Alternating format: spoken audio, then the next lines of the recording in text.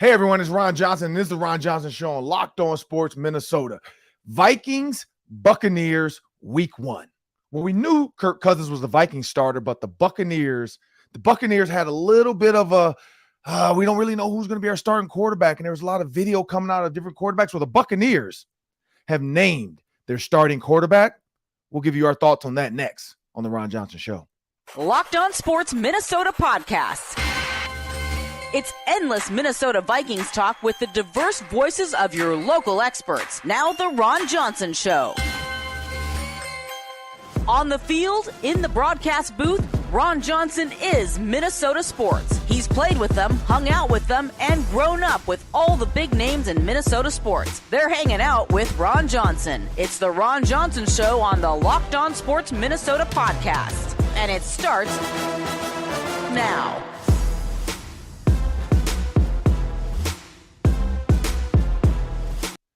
Hey, good people, it's a warm Wednesday. I'm Ron Johnson. We're going to have Sam Ekstrom join the show in the minute. He's my producer. But today's show, it's the Ron Johnson Show, people. Today's show, we have to talk about the Minnesota Vikings versus the Tampa Bay Buccaneers. I mean, that is the top of the world's topics. Of course, there's also the Nebraska Cornhuskers. They're going to play the Gophers, so we're going to talk about that. But I want everybody to know this episode is brought to you by FanDuel Sportsbook, the official sportsbook of Locked On. Just visit FanDuel.com/Locked On to get started. You can also go to the any app market as well and download the app, because that's where you'll see all the parlays, all the prop bets, everything you want to get out there early. I keep telling you guys, there's some early locks to get out there. The Gophers are one of them. 7.5 wins. It's a lock. They're going to win 8. Trust me, they're going to win 8 games this year when you think about Ethan Calais-Menace at quarterback. But speaking of quarterback, as I bring my producer into the show, Sam Ekstrom, it's a quarterback-driven league. This league is a quarterback-driven league in the NFL. Of course, college football, but we're talking NFL. And there was a quarterback controversy out there in Tampa Bay. They didn't know who the starting quarterback was. And when you see all the videos, you see all the stuff like, hey, here's our quarterback. Here's what we think our quarterback can be. Here's what we think the quarterback might be. And everybody's going back and forth. In the end, we all kind of knew who it would be, but we weren't sure. Why? Because of the video, Sam, and you've seen the videos. We've all seen the videos. We saw and I've seen them because of Cole Keith. Like, Cole Keith was one of the guys in one of the videos, and as Cole Keith's running down the field, the quarterbacks, none of them, not just Baker Mayfield. Everybody knows about Baker Mayfield, but not just him. And as I take a look at this offense with the Tampa Bay Buccaneers, and I'm just scrolling through a couple different articles and options at QB, you got Kyle Trask out of Florida. That was really the only guy, I think. I don't know about the other backups, but Baker Mayfield and Kyle Trask were kind of the two names. By the way, shout out to Cole Keith, tight end, starting this year for the Tampa Bay Buccaneers. So congratulations to Cole Keith right now, at least. He's the starting tight end for the Tampa Bay Buccaneers coming out of Minnesota. You just never knew what you were going to get. But like I said, going back to this with Kyle Trask and Baker Mayfield, the Tampa Bay Buccaneers have named their starter, Sam. They have. And it's Baker Mayfield. And I think it's time for a party for that. Let's celebrate. What's the line? Get your bets in now. 6.5. It should be 16.5. Oh, man. Cut the music, people. Cut the music. But we had a little celebration for Baker Mayfield. It's all fun and games. We know Baker Mayfield is a decent quarterback. But I just didn't feel like either option when you watch film, Sam.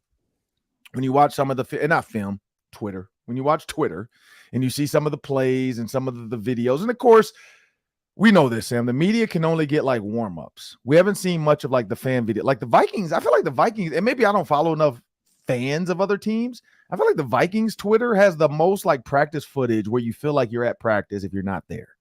Like, I don't feel like other teams have that much footage other than fights. Like even the Ravens, Washington Commanders fight, there wasn't like a ton of fan videos of that, and that was a pass play. So I feel like a Viking fan would have had a high angle, perfect shot of the fight with the pre-stuff. I mean, it was more of like sideline video from the team, and then like it looks like somebody pulled the phone out like it within the route. Like it almost looks like too a little bit of sideline video from somebody that shouldn't have had their phone on the sideline. But, because, there's guys out there that, are not part of the team. They're just out there on the sideline. They have to pass. And maybe they pulled their phone out because they were down there and it just happened to get the fight because it's not a lot of great video of it.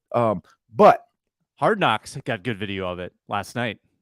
Of Bucs and Jets. Oh, the fight or the game? The fight. Oh, there was a fight, Bucs and Jets too?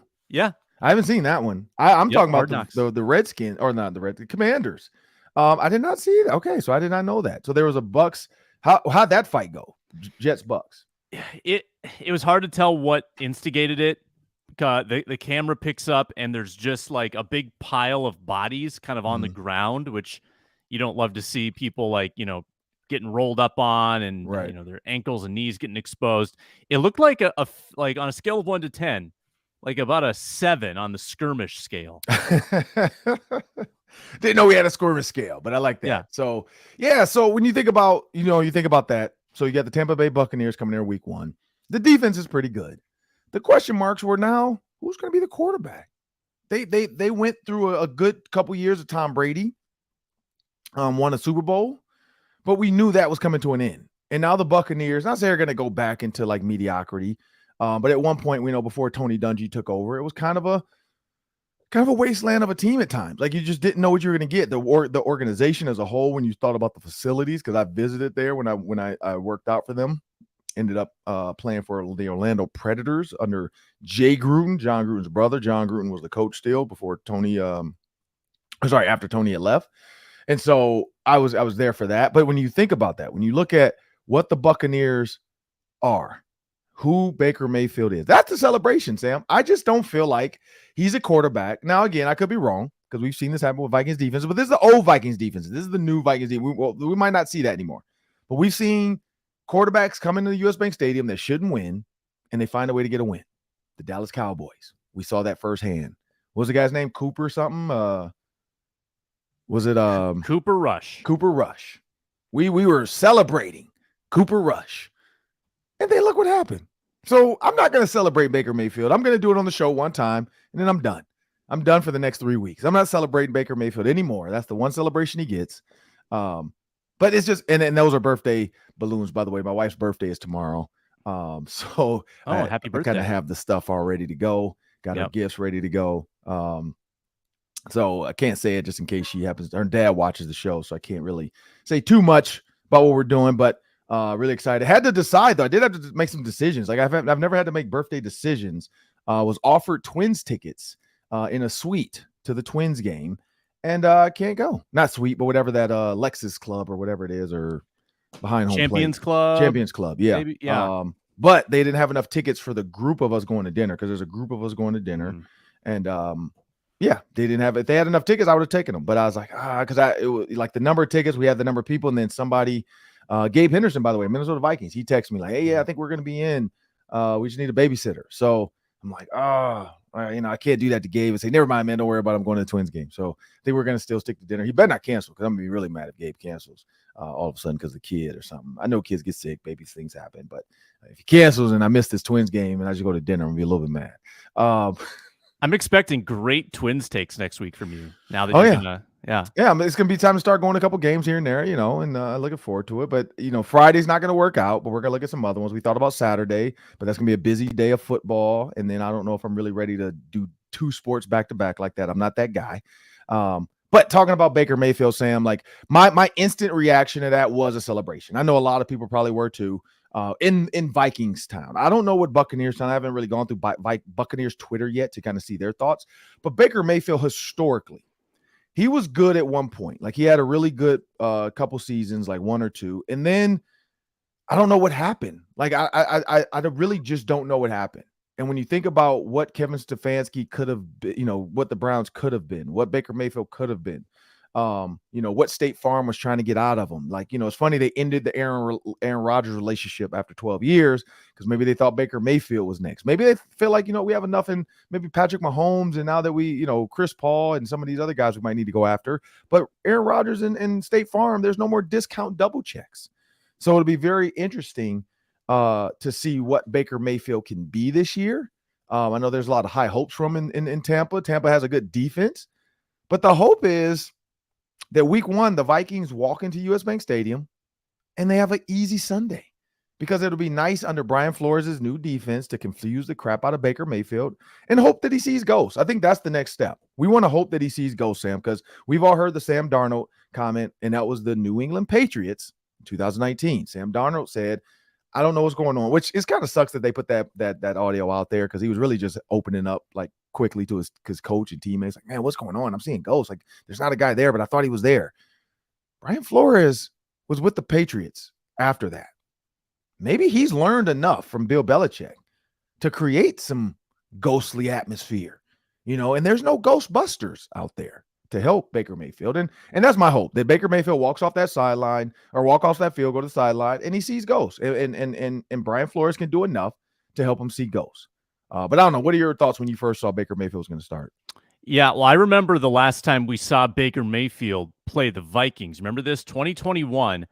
And the Browns actually won the game, Ron, because the Vikings had no offense to speak of. But Baker Mayfield was awful. 15 of 33, 155 yards, no touchdowns, sacked 3 times. He was abysmal. And to be honest, other than Kevin Stefanski's first year in Cleveland, when he went 11-5, he was a different quarterback that year. His other 4 seasons as a starter, he's been under 500 as a quarterback. He makes a lot of mistakes, Ron. 64 interceptions in his career. Very mistake-prone. I think he's super competitive. Like, I think this isn't a guy who just stopped caring about football. I think he cares. I think he wants to be great. I just think that he is prone to seeing some ghosts and making some mistakes and coughing up the ball. There was a really cool rep in the Cardinals game. No, Titans game, sorry, where Flores showed 8 guys at the line of scrimmage, all up on the line. And I think they only rushed 4. I think they all dropped in coverage, but just showing 8, that's going to have a quarterback seeing things. And it's going to confuse the blocking scheme immensely. So I'm looking forward to stuff like that against Baker, try to coax him into some early interceptions.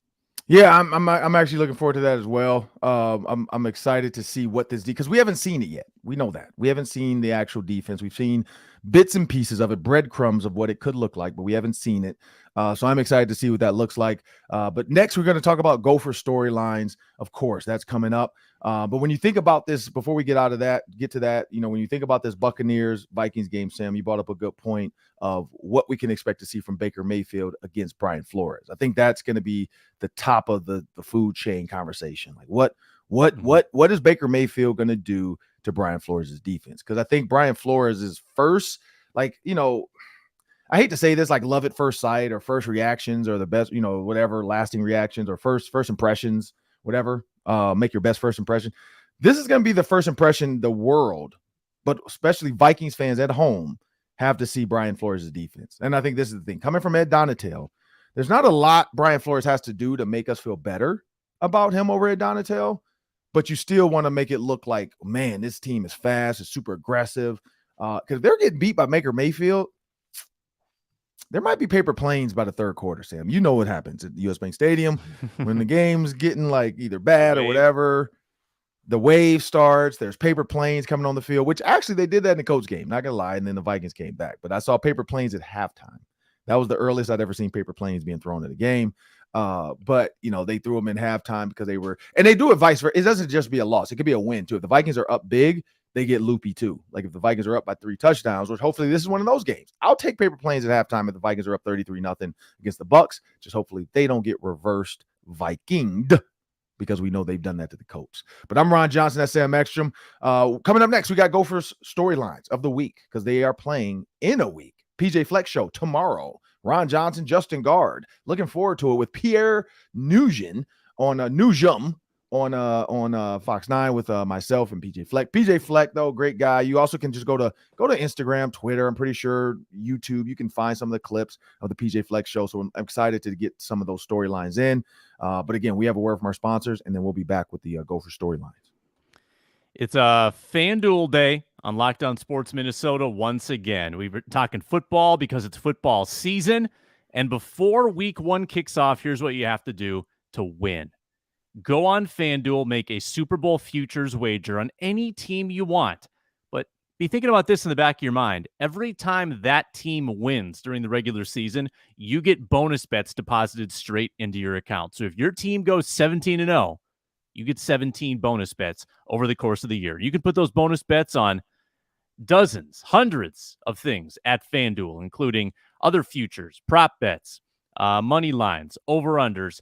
The possibilities are endless at FanDuel because they're always running great promotions. They have creative, special lines for the NFL betting. Make sure you get in the action at FanDuel. It's America's #1 sportsbook. The FanDuel Sportsbook app is immensely popular, and you can go to FanDuel.com/lockedon to get started as well. FanDuel.com/lockedon. Earn those bonus bets. FanDuel, make every moment more. Well, Sam, of course, this is Gophers storylines week. Looking at the Gophers storylines, I've scoured the internet. I've actually texted with Eric Decker. Hopefully, we're going to have Eric Decker next week. He said he's looking at his schedule. Congratulations to Eric Decker. By the way, I saw his wife made another baby announcement again. So they are still producing children. I could not imagine at this point. Remind me, his wife is a pop star or a singer? She's like a country singer. Jessie James was her name, Okay. but now it's Jessie James Decker is her current name. But yeah, she's like a country western singer, some or country pop singer. I don't know the lingo for that. But yeah, she is. She came out of the room or like an Instagram post and she's pregnant. So I texted him and said, congratulations. And we started chatting about Gophers, blah, blah. And so he says he's going to check his schedule next week to see if it can work because he's super busy with, I think, 3 kids already, plus one on the way. And he's shooting naked photo shoots. So, you know, Eric Decker's busy. But unfortunately, I did see that one. The nakedness. Yeah. You know, he likes being naked. That's the second time now I've seen him do that. Like he did one by the pool for his birthday like a year or two ago. I'm like, dude, come on now. What are you doing? So, but you know, it's what you do when you're considered sexy, I guess. You just pose naked with a book. But anyway. Oh man. Whoa. But when you look at the storylines for me for this upcoming Gophers game, I'm gonna go with this one. Can Matt Rule outcoach PJ Fleck? So there's been a lot of talk about Matt Rule as far as changing the culture, because that's what PJ did. Now, when PJ did it, it was an uproar. Matt Rule does it, it's like it needs to be changed because Scott Frost was toxic. Scott Frost was this. Scott Frost was that. Like it's been nonstop hate on Scott Frost. Like it's not like so much of, hey, you know, like we had it going, we had this. No, it's nonstop.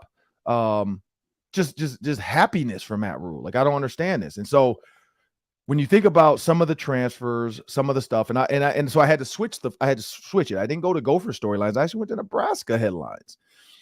And when you look at Matt Rule's depth chart, when you look at Matt Rule, like it's all, not gonna lie, it's all kind of positive. I mean, his sponsorship, one of them they're talking about should be Kool-Aid.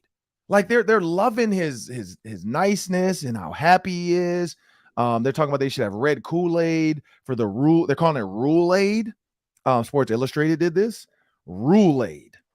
Like, how much big red Kool-Aid should Nebraska fans drink this fall? And they were talking about Rule-Aid. Like the big, right, exactly. But when you talk about like the fans drinking the Kool-Aid, how much should they do? A year ago with Scott Frost and all this stuff and blah, blah. And now you bring in Matt Rule, who's coming from the NFL. He's had success in college football at Baylor. Should the fans be in this? Here it is. Against the 7 conference opponents Nebraska faced last year, again, the Huskers are 1-6. So against the 7 teams they played last year that they have to face this year, last year they were 1-6. The lone victory was against Iowa, though, 24-17. So very perplexing. Iowa was a good team. Iowa beat Minnesota. So clearly Nebraska should have the tools to beat Minnesota. When it talks about how the coaches they're going to face 5 coaches who are in their first year. Deion Sanders at Colorado, Jamie Chadwell at Louisiana Tech, Dave Brom at Northwestern, because we know Northwestern and their issues there. We haven't followed up with that, but we're not going to do that. Luke Fickell at Wisconsin, of course, and then Ryan Walters at Purdue. So a lot of turnover, which is funny now. We think about PJ Fleck is one of the like elder statesmen in the Big Ten. Like he can jump over to the James Franklin grouping and the Harbaugh grouping of like longevity, Ryan Day, longevity, where you got a bunch of new guys. And so you're looking at a bunch of first-year coaches. Should that help Nebraska out? Possibly. 5 of their opponents, Colorado, Louisiana Tech, Northern Illinois, Northwestern, and Michigan State, had losing records. So when you talk about all this, and again, none of this stuff, they don't say anything about Minnesota versus Nebraska. Minnesota was good, and Minnesota can beat Nebraska. They beat them last year. But when you look at like these other things, they should be able to at least win 5 games, which is better than what they were last year. If you think about they can win maybe 2 more, get some Big Ten games they shouldn't win. If they go 6-6, they're bowl eligible. If he gets them 6-6, I think he becomes a savior to them. I think they're going to be like, wow, like this guy did something nobody else could do.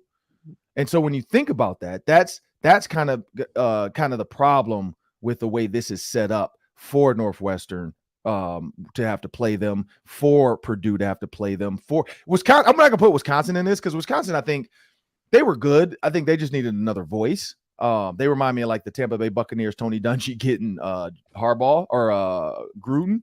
You're just getting a coach to take them to the next step.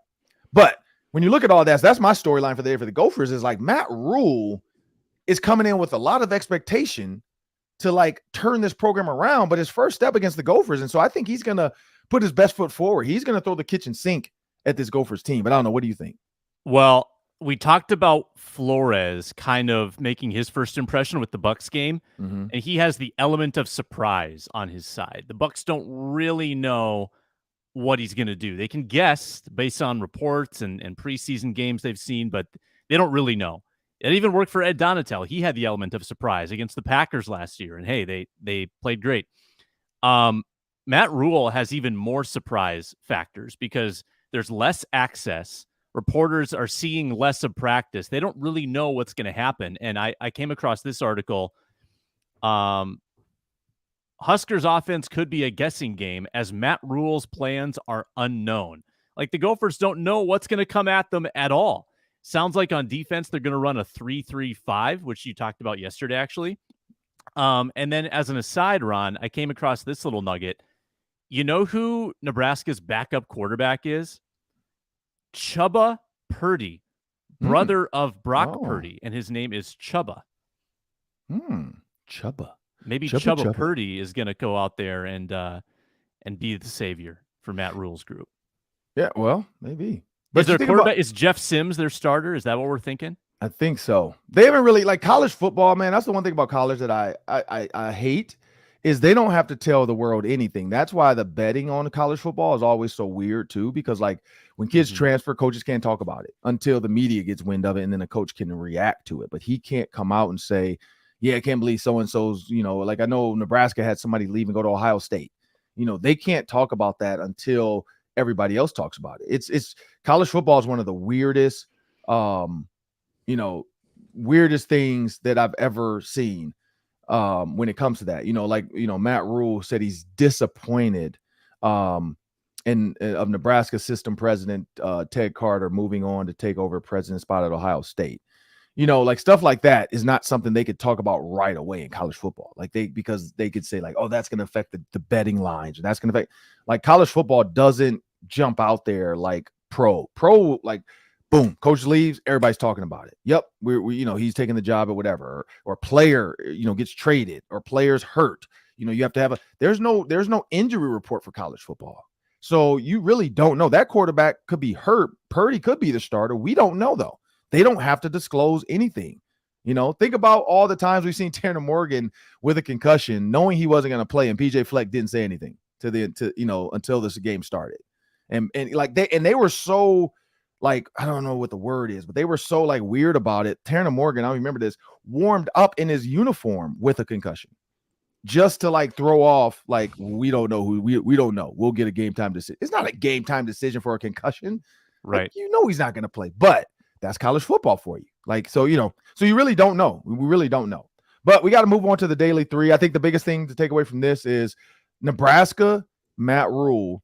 It's the big unknown. And I think that's my storyline. It's the big unknown. Nobody really understands what Matt Rule can get out of this team. Everybody's talking about how bad the teams were that they're playing this year versus what they could be, what they could be this year. I think, Colorado being a losing team, you have to put Deion Sanders in a different group window. I mean, the big thing is they at least got big time recruits. They have big time like skill guys, but I don't know about the rest of them. Like, I think the one thing Deion's forgetting in the in the Big 12, Big 10, you got to have offense and defensive linemen. Like, he has some skill guys, but we haven't heard much about 5-star linemen coming to him and being on that team. We've heard a ton about Travis Hunter at corner and receiver. We've heard a ton about the DB that decommitted from Miami and picked Colorado. We've heard a ton about his sons, his cousins, his nephews that are all on the team. We haven't heard a lot about linemen. So that's one thing to remember. But Matt Rule, he's got his work cut out for him, but he's got his first game against PJ Fleck and the Golden Gophers. And so hopefully that's his first loss. And then, I hope he does decent for the rest of the year, but I hope they get that first loss and the Gophers get their first win. But we got the Daily 3 coming up. That's 3 questions. We're going to take about 30 seconds each. But before we do that, I want everybody to know SiriusXM is a proud partner of Locked On Sports. All you have to do is visit SiriusXM online, and you can search all of the offers that they have. But if you just want to get the app, just go to the SXM app in the app market, search SiriusXM in the app market or SXM in the app market. And for all the Twins fans, once you download the app, 1, you can download Locked On Sports Minnesota. But 2, you can get the Twins versus the Milwaukee Brewers today at 1:10 p.m. You can catch every pitch of the hometown broadcast on the SXM app. Just search Twins. Well, now it's time for the Daily 3, Sam. 3 questions, 3 minutes each normally. We're going to take about 30 seconds today, but take it away. All right, joint practices start today on this humid, muggy Wednesday. The Cardinals are in town. Cardinals roster isn't the most robust I've ever seen, but which player, Ron, are you most looking forward to seeing for Arizona? I am looking forward to seeing, I'm not going to lie, I'm looking forward to seeing Kyler Murray up close. Like, I want to see what he's about. Like, it's been a lot of hate on Kyler Murray. I've been a part of the hate crew, but only because I was trying to promote Kirk Cousins, because Shannon Sharp picked Kyler Murray as one of the players he would take over Kirk Cousins. I don't think that's the case anymore, but I'm also excited to see Chris Boyd. Now, this is a weird one, but I need drama. I want to see some drama today. Like, I know Chris Boyd is going to want to be loud and proud and let everybody know. Like, Vikings fans might boo him because he owes them jerseys and he never gave it to him from his Pro Bowl vote tweet that he put out. So I'm excited to see that. I don't know. What about you? Yeah, and Murray might be on the pup. I don't know if we're going to see him. Oh, yeah, you're right. At all. Yeah, Colt McCoy, though. Colt McCoy. I'm looking forward to that rookie class. I always like to see the rookies. So Owen Papo is a linebacker I like. Paris Johnson, the big tackle, their first-round pick. That'll be fun. Luke Inman's been telling me about all his guys that I'm supposed to be excited about. So I'm looking forward to that. But I want to see Gannon, too. I want to see if he Yeah. Let's see what how he handles these and whether that offense can get going because the Vikings really should win both of these days. The Vikings should be the better team against a club that might very well go 4-13 this year. For sure. Reportedly, Jonathan Taylor has been put on the trade block by the Colts after their owner said he was back and wasn't going to be dealt. And Jim Irsay's been, really loud in all this. But has Indy botched their handling of the Jonathan Taylor situation? Yeah. No news is usually good news. So shut up. Like, this is the problem. And again, you don't have to. You're rich. You can do whatever you want. But if you care about this team, your best bet is to stay quiet in the situation. If you notice, Ziggy Wilf and Mark Wilf, they're not out here talking about Kirk Cousins' contract a ton. They're not out here talking about Dalvin Cook. They're not out, they're letting the GM in the front office handle that the way they're going to handle it. They're not putting any extra fuel to the fire. Guys like Jerry Jones, guys like Jim Irsay, who Jim Irsay have recently done that. And one of the reasons why, in the Washington football team wanted to get rid of their owner, sometimes you just put your foot in your mouth. And so when he said about, like if he dies and Jonathan Taylor leaves, the league's going to keep going. Like, why would you try to denigrate what's going on now by trying to just say like, well, look, it is what it is. The NFL is going to go on without us. So I don't know why he's so mad. Like, what do you mean you don't know why he's so mad? So yeah, like some things you just can't come back from. And I think this is one of them. Like, Jonathan Taylor's probably fed up. He doesn't feel like the team cares and the owner cares. So it's like, well, why would I be here when long-term I know they're not going to ever offer me a deal? If you're not going to offer me now, you're talking about the league and going without me. Like, the writing's on the wall. Like, you just want to get one more year out of me and then you're going to move on from me. So why would I put my body at risk? I'd rather go to a team that needs a running back and wants a running back. So I could see that happening. I don't know. What do you think? Yeah, they spent months seemingly devaluing him, and now they're asking for high value for him in a trade. It doesn't make sense. Yeah, and I don't think they're going to get what they want. This could be a messy situation if the Colts don't get the offer, then what happens with Jonathan Taylor? I don't know. Is he going to play for him? Dumb decision. Yeah. Dumb decision. You tried to play chess and you thought you were playing chess and you were playing checkers because your moves were way too fast. And you're right. They tried to break him down to make him sign to force his hand and have no other teams even offer to trade for him. And then it's like, well, crap, now we got to trade for him. Well, no. He's great. He's the greatest ever. Like he's 2,000 yard back. Watch me. No, it's too late now. Like you tried to hate on him. So now you got to deal with Anthony Richardson as your best running back. What's the last one? Last one, back to the Gophers-Huskers. I checked FanDuel. The Gophers are 7.5-point favorites over Nebraska. The over-under, 44.5 points. Which wager would you make if you were in Iowa on the FanDuel app right now? I'm going to take Gophers 7.5. I'm going to take that. I think they'll win by 8 or 9. I think maybe 3 field goals. But I'm going to go with the under. I don't know if Nebraska, and this is just me, I don't know if this is going to be the Baylor type offense that Matt Rule put together at Baylor. We know they were explosive. They had a lot of high-flying receivers in that offense. I don't know if Nebraska has those weapons. So I'm going to go with like the under only because I feel like the game's going to be like, 28-10 or something like that, or 28 to see the problem is if they can find a way to get 17, then I'm screwed because I feel like it'd be 28-17 and then I'm screwed. Like I'd win the points Gophers, but then I'd lose the under. But I'm kind of leaning towards the under. The first game to me always feels like both offenses come out stagnant, defenses come out super pumped because they haven't been able to actually hit and tackle other people. So I usually think that first game, unless it's like, Florida versus anybody or Florida State versus like nobody, you got a chance to blow some people out. But no, I think the under and then the Gophers win by 8 points. So I don't know. What would you do? I would lean that way too on both of those. I just think that, Nebraska is rebuilding, new coach. They might not be ready to compete quite yet. Yeah. Gophers are at home. I think the Gophers will win, but I also don't totally trust that Gophers offense to put up a lot of points yet. So I think the under is good too. Now it might be tough to get an 8-point spread and be an under, but I think the Gophers can do it. I think their defense can hold Nebraska to like 13 or less. So I feel good about that. Well, that'll do it for us today on the Ron Johnson Show. I'm Ron Johnson. That's Sam Ekstrom. Remember, people, download, like, subscribe, share, whatever you do. But YouTube, Amazon Fire, Roku, all those devices. Trust me, YouTube is the best place as far as video. You can see us and hit that subscribe button. All you need is an email address. But you can also go to the SXM app and now download Locked On Sports Minnesota to get our content there as well. But we appreciate everybody that follows along the way. We're so close to the first game, people. That game week, we're going to have some good content for you, but I cannot wait for that week. And then next week, it's Gophers game week. So we're going to have to get some Gophers on the show to talk about Gopher football as well, leading up to the first Gopher game. Maybe we'll make it just a Gopher week since the Vikings don't play to the following week. But I'm Ron Johnson. That's Sam Ekstrom. I want to thank you guys and have a great day.